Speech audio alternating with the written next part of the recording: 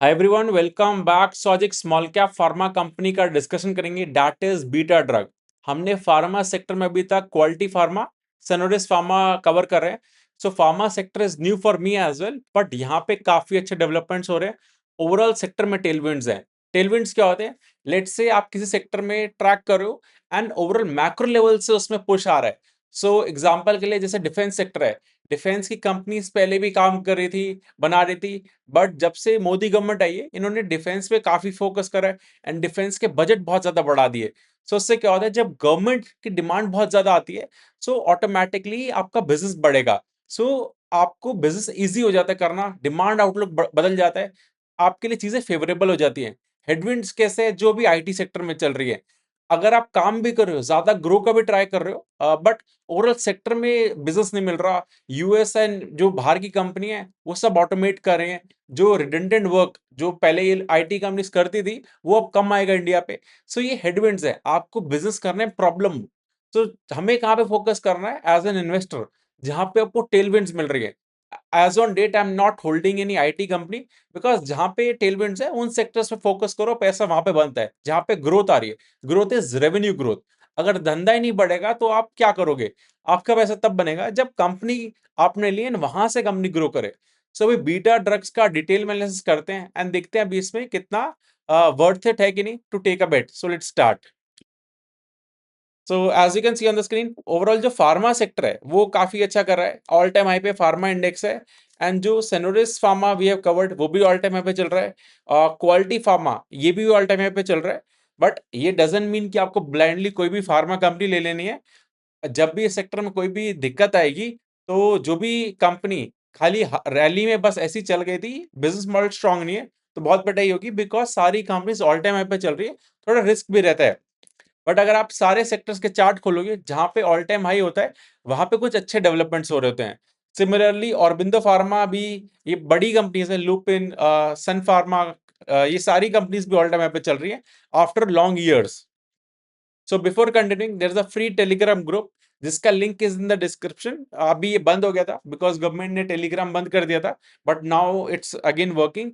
यहाँ पे मैं बियॉन्ड यूट्यूब चीजें डालता हूँ। Then there is a community section जहाँ पे आप लोग कमेंट करते हो जो भी। सो मैंने दो पोल डाले थे, एक जोटा हेल्थ केयर का जिसका दवा इंडिया नेम है, इसका रिगार्डिंग मैंने फीडबैक पूछा था तो काफी अच्छा आया, काफी पॉजिटिव फीडबैक मिला। रिगार्डिंग द जीना को बहुत नेगेटिव फीडबैक आया सर्विसेज के रिगार्डिंग। सो कोई भी कंपनी होती है, उसका कंज्यूमर अगर उस सर्विस को पसंद नहीं करता, देन आफ्टर सूनर और लेटर उस कंपनी में दिक्कत आएगी, बिकॉज कस्टमर को पसंद नहीं आ रही वो चीज। सो मैं हर बार ग्राउंड चेक करता हूँ एंड इस पोल्स में पार्टिसिपेट करना, बिकॉज जब भी कंपनी को मैं कवर करूंगा इसको यूज करेंगे, विल डिस्कस अबाउट इट। सो अपना कमेंट करना जो भी, not just about this company, कोई भी क्वेश्चन है तो। देन अभी आता है बीटा ट्रक पे। दो 2100 करोड़ का मार्केट कैप है, अभी रैली आने के बाद है, बहुत छोटी कंपनी है। इसका पूरा डिस्कशन करते हैं। बीटा ड्रग किस सेगमेंट में काम करती है? ऑन्कोलॉजी की मेडिसिन बनाती है। ऑन्कोलॉजी क्या होता है? कैंसर की जो मेडिसिन होती हैं। ग्लोबली इस सेक्टर में टेलविंड्स है। टेलविंड्स जब आपको समझ आ गया होगा कि आपकी फेवरेबल में चीजें चल रही हैं, क्योंकि क्या हो रहा है, 142 बिलियन की जो ड्रग्स हैं वो ऑफ पेटेंट जा रही हैं। मतलब जैसे जो यूएस की कंपनीज होती हैं, यूरोप की कंपनीज होती हैं जो खुद आर&डी करती हैं, वो पेटेंट ले लेती हैं दवाई बनाने के बाद कि 15 साल 20 साल तक इस ड्रग से हम ही अर्न करेंगे और कोई नहीं बना सकता। फिर वो जब पेटेंट खत्म होता है उसके बाद हमारी इंडियन कंपनीज आती हैं जो वॉल्यूम में इन ड्रग्स को बनाती हैं। अभी majority of the patents oncology के जो ड्रग्स हैं, कैंसर ड्रग्स से खत्म हो रहे हैं। सो इंडियन कंपनीज को एक बड़ी अपॉर्चुनिटी मिल रही है, इवन चाइना की कंपनीज को भी। सो कॉपी मेकर्स जो कॉपी करके बनाते हैं, रेसिपी पता है, सब बनाने लग गए। एंड कैंसर कैंसर ड्रग्स इतने इजी नहीं होते, इनके अंदर बैरियर्स होते हैं, मतलब इतना इजी नहीं होता रेप्लिकेट करना इस प्रोसेस को। तभी यहाँ पे जो कंपनीज कॉपी भी करती है उनके हाई मार्जिन होते हैं। तो डिमांड डजंट मीन कि ज्यादा लोगों को कैंसर हो रहा है। कैंसर का ग्रोथ 2 से 3% का है पूरे ईयरली ग्रोथ जो ट्रेंड चल रहा है। एंड यहाँ पे लोगों को जो मेडिसिन थी बहुत एक्सपेंसिव थी, पेटेंटेड थी, बट अब क्या है कि जो बैकलॉग है, जो डिमांड पहले भी थी केटर नहीं हो रही थी, वो भी आ रही है। एंड यहाँ पे जो कंपनीज जेनरिक मतलब बहुत ज्यादा बल्क में प्रोड्यूस करेंगी मेडिसिन को, उनकी डिमांड बढ़ेगी। And pharma sector is a complicated sector. इसको मैंने लास्ट सेनोरिस एंड क्वालिटी फार्मा की वीडियो में समझाया था कि इसको कढ़ाई पनीर के एग्जांपल से। किचन में देखो, आपके पास जो रॉ सब्जी आती है, आलू टमाटर खीरा प्याज, वो रॉ केमिकल समझ लो। उसके बाद उसको चॉप करके पूरा ग्रेवी बनाते हो, that is your API. And पूरा जब एपीआई जो ग्रेवी है वो रेडी होके आप प्लेट में सेट कर लेते हो, गार्निशिंग कर लेते हो, that is the formulation. And उस पे आके अपना लोगो कौन लगाता है? वो ब्रांड की वो चीज़ हो जाती है। अब इंडिया में लुपिन, सनफार्मा इनके अपने ब्रांड्स भी है, बट ये खुद आर-एन-डी कम करते हैं। यूएस एंड यूरोप की कंपनीज़ आर-एन-डी वाली होती हैं। हमारी कंपनीज़ मेजरली इन 3 प्रोसेस में काम करती है कि बैक एंड में कॉन्ट्रैक्ट दो हमें, हम आपके लिए बना के देंगे क्या बनाना है। सेनोरिस एंड क्वालिटी क्या करते हैं, उनकी जो रेसिपी है वो खुद की है कि लेट्स से कढ़ाई पनीर उन्होंने अपने स्टाइल से बनाई। Now they are saying to other companies, बड़े ब्रांड्स को, कि ये हमारी recipe as it is use करो, रादर देन कि वो बताएं कि हमें ये बनाना है। एक बार थोड़ा-सा रिपीट करके देखना, और otherwise if you are not getting तो सेनोरिस एंड क्वालिटी का वीडियो जाके देखना, you will get it. But एक किचन वाले एग्ज़ाम्पल से समझते हैं। एंड जो बीटा ड्रग है उसका खुद भी ब्रांड है, बट वो ये 3 स्टेप भी करती है बाकी ब्रांड्स के लिए। कॉन्ट्रैक्ट सीडीएमओ जिसको कहते हैं, कि दूसरे ब्रांड्स आके कि उनको किस तरह की ड्रग बनानी है, उनके पास रेसिपी है, उनके लिए वो भी बनाती है। एंड अभी जो बीटा ड्रग है, ये हरियाणा की 40 ईयर ओल्ड कंपनी है। प्योरली ऑन्कोलॉजी में ये लोग काम करते हैं, दैट इज़ कैंसर उसमें। एंड इनके पास हॉस्पिटल्स के साथ टाई अप है, इनकी मेडिसिन्स भी आती हैं। लेट मी शो यू इनकी जो मेडिसिन्स है, इस नेम से इनकी मेडिसिन्स आती हैं। ये प्योरली कैंसर और उसमें ही काम करते हैं। अ, बिज़नेस साइड से अच्छा लगता है ग्रो करे, बट जिसके जो एज़ अ पेशेंट अगर देखोगे, तो बहुत ही लाइफ थ्रेटनिंग डिसीज़ होता है। एंड कभी भी किसी को that's I wish and I hope सब सेफ रहो।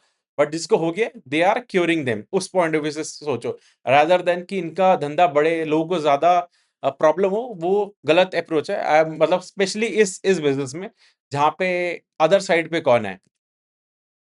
अब आते हैं इनका जो मेजॉरिटी इंडिया से धंधा आता है। इंडिया में क्यों बढ़ रहा है ये इनका बिजनेस? बिकॉज गवर्नमेंट पुश कर रही है, गवर्नमेंट फंड कर रही है इन मेडिसिन को, बिकॉज ये लाइफ पूरे इम्पैक्ट कर सकते हैं, तो गवर्नमेंट प्रोवाइड करती है। बिकॉज लेट से जिसका पैसा नहीं है आज, वो कैसे अफोर्ड करेगा इस ट्रीटमेंट को। एंड यहाँ पे जो मॉलिक्यूल्स ऑफ पेटेंट जा रहे हैं, जेनरिक मार्केट बहुत बढ़ रहा है इंडिया में भी। If I look at the beta drug का जो रेवेन्यू है, बीटा का जो खुद का ब्रांड का है, वो 32% ऑफ द रेवेन्यू कंट्रीब्यूट करता है। जो सीडीएमओ है, जो ये दूसरों के लिए बनाते हैं, वो 40% कंट्रीब्यूट करता है। एक्सपोर्ट से 19%। एंड एपीआई, एपीआई बहुत छोटा है, बट जो आप समझ लो ग्रेवी किसी और को देना वाला काम हो गया, वो 6% है। एंड डर्मा एंड आईवीएफ ये इस सेगमेंट में भी एंटर कर चुके हैं, बिकॉज इनका डिमांड भी बढ़ रहा है। सो गॉर्डियम आईवीएफ का वी हैव डिस्कस्ड, इंडिया में आईवीएफ मार्केट बहुत अच्छा ग्रो कर रहा है, बिकॉज लोगों का लाइफस्टाइल खराब है, तो उस सेगमेंट में ये लोग काम कर रहे हैं। सो सारे सेगमेंट्स इनके ग्रो कर रहे हैं overall, if I tell you. But इस सब के बाद भी इनका एफ आई 25 से एफ आई 26 बहुत ही खराब गया। रेवेन्यू ग्रोथ 8% का आया है, इसमें अदर इनकम इंक्लूडेड है। सो अगर स्क्रीनर पे देखोगे तो और कम नंबर्स दिखेंगे। एबिटा ग्रोथ 13% दिख रहा है because of the other income, ये लोग ऐड करके बताते हैं। बट एबिटा ग्रोथ भी फ्लैट है, एंड पैट भी ऑलमोस्ट फ्लैट है, so poor numbers I would say. But हुआ क्या? सो ये लोग क्या करते हैं, जो एक्सपोर्ट में 18% रेवेन्यू आता है, इस बार कम हो गया। ये लोग क्या करते हैं, अफ्रीकन कंट्रीज में एक्सपोर्ट करते हैं, उधर गवर्नमेंट परचेज करती है, वहां पे टेंडर इनको नहीं मिला, थोड़ा लेट मिला, तो इसलिए एफ 26 में वो रेवेन्यू नहीं आया। प्लस मेजरली इनका जो ऑन्कोलॉजी का बिजनेस है, अब क्या है कि जो ऑन्कोलॉजी के लिए गवर्नमेंट कैप्ड रखती है इंडिया में प्राइसेस, कि आप इस प्राइस से ज्यादा ये ड्रग सेल नहीं कर सकते। अब क्या, वो जो रॉ मटेरियल है, वो बहुत ज्यादा महंगा हो गया, बिकॉज ऑफ क्रूड ऑयल से निकलता है, क्रूड ऑयल डिराइव्ड होता है। अब क्या है कि जब ऑयल का प्राइस इतना बढ़ गया, फ्रीट कॉस्ट बढ़ गई, उसको मतलब बेसिकली समझ लो रॉ मटेरियल का प्राइस इतना हाई हो गया कि आपका सेलिंग प्राइस कैप्ड है बाय गवर्नमेंट। तो आप सेल क्यों करोगे जब आपको पता है लॉस होगा? मेरा रॉ मटेरियल इतना महंगा हो गया कि मैं बेचूंगा लॉस में, व्हाई वुड आई सेल? तो उन्होंने वो बंद कर दिया। ये था प्रॉब्लम। मतलब एग्जांपल के लिए 2850 का सीलिंग प्राइस रखा हुआ है, इससे ऊपर सेल नहीं करोगे। एंड जो एक्चुअल कॉस्ट है, वो इतनी महंगी हो गई कि आपके लिए वायबल नहीं बना कि मैं बनाऊं इस चीज को। सो ये प्रॉब्लम हुआ। अब इनके लिए एफ 26 में से क्या चेंज हुए हैं कि एक्सपोर्ट रिबाउंड, इनको वो ऑर्डर मिल गया जो इनको टेंडर था। प्लस गवर्नमेंट ने ये जो प्राइस है ऑफ सेलिंग, जो इसको एनपीपी सीलिंग बोलते हैं, कि आपका ड्रग का जो प्राइस है वो इंक्रीज कर दिया सिग्निफिकेंटली, कि आप बेच सकते हो बिकॉज रॉ मटेरियल बढ़ चुका है। सो इनके लिए जो पूरा एफ 26 खराब गया था, वो सारी चीजें चेंज हो गई हैं। इवन इनका जो आईवीएफ में इन्होंने एंटर करा है, डर्मा में एंटर करा है, वहां से भी इनको टेलविंड्स मिल रहे हैं। आईवीएफ में तो इन्होंने इनऑर्गेनिक कंपनी एक्वायर करी है, सो एफआर 26 के नंबर अच्छे रहेंगे बिकॉज एक इनऑर्गेनिक कंपनी एक्वायर करी। एक्सपोर्ट से इनको जो धंधा लास्ट ईयर आना था वो इस ईयर आएगा। एंड ऑन्कोलॉजी का जो बिजनेस था वहां पे भी आप बना सकते हैं बिकॉज वो 30-35 करोड़ का बिजनेस खराब हो गया था बिकॉज रॉ मटेरियल का प्राइस बढ़ गया था। सो एफआर 26 जो इतना खराब गया था, सारा ये एफआर 27 में कवर कर लेंगे। सो इनका जो गाइडेंस है कि नेक्स्ट 4 साल में रेवेन्यू को ऑलमोस्ट डबल करना है, दैट इज 25-26% का ऑलमोस्ट ये लोग सीएजीआर गाइड कर रहे हैं, दैट द मैनेजमेंट ने गाइड करा है। बट इनका एफआई 27 का जो गाइडेंस है, रफली 40% के आसपास रेवेन्यू ग्रोथ आएगा, जिसमें से 20 से 25% और यू कैन से 25% ऑर्गेनिक आएगा, बाकी ये इनऑर्गेनिक भी आएगा। और उसके बाद ये लोग फिर 25% से ग्रो कर पाएंगे। सो इस बार एफआई 27 में अच्छे नंबर आएंगे, उसके बाद फिर कंसिस्टेंट हो जाएंगे जो 25% का ग्रोथ। एंड इनके मार्जिन भी 1-1.5% से बढ़ेंगे। ऑल्दो अगर आपको यहाँ मार्जिन देखोगे 22% से 23%, 24% हो जाएंगे। ये स्क्रीनर पे आपको कम दिखेंगे बिकॉज इसमें अदर इनकम एडेड है। सो यू कैन से 1-1.5% से मार्जिन बढ़ेंगे, 25% से कंपनी कंसिस्टेंटली ग्रो कर सकती है। तो pad growth you can say 27-28% से जो मैनेजमेंट का गाइडेंस है। अब आते हैं कि कंसिस्टेंटली अगर कोई कंपनी 25-26% से ग्रो कर रही है, I am talking about margin expansion के बाद भी, एंड 50 से 55 का पी चल रहा है, 50 टू 55, कंपनी एक्सपेंसिव है, नॉट अ गुड डील। इससे मच बेटर कंपनीज अवेलेबल है जहां पे डील अच्छी है, लाइक सेनोरिस है, क्वालिटी है, वहां पे पी थोड़ा कम है, ग्रोथ ज्यादा है। कंपनी अच्छी है, नो डाउट। ऑन्कोलॉजी का सेगमेंट अच्छा कर रहा है, यहाँ पे मार्जिन एक्सपेंशन हो सकता है। ये लोग एक्सपोर्ट साइड ज्यादा फोकस कर रहे हैं, ओन ब्रांड का शेयर बढ़ेगा जो खुद की मेडिसिन है, सो मार्जिन एक्सपैंड होना चाहिए। बट बेसिस जो मैनेजमेंट ने गाइड करा है, अगर वही रहता है तो डील एक्सपेंसिव है, risk reward is not favourable from these level. यहाँ से रिस्क क्या क्या है कि जो एनपीपीए का प्राइस है वो फिर से अगर हिट हो गया, लेट से रॉ मटेरियल और महंगा हो गया, देन फिर ये लोग सेल नहीं कर पाएंगे। जो टेंडर बिजनेस है, जो एक्सपोर्ट ये लोग करते हैं गवर्नमेंट्स का, वो लंपी है, अगर वो फिर उसमें कोई दिक्कत आई। एंड अदर इनकम का जो अभी इनका अदर इनकम आई थी, वो एक वन ऑफ इनकम थी बिकॉज इनके पास एक इंटरेस्ट आया था, इस वजह से इनका अदर इनकम की वजह से इनके मार्जिन थोड़े अच्छे दिख रहे हैं। तो वो नेक्स्ट ईयर से नहीं आएगी। तो यहाँ से बिजनेस अच्छा है but risk reward is not that favourable. So that's in it in this video. Beyond this कोई क्वेश्चंस है, do let me know in the comment section, I will answer them. Thank you.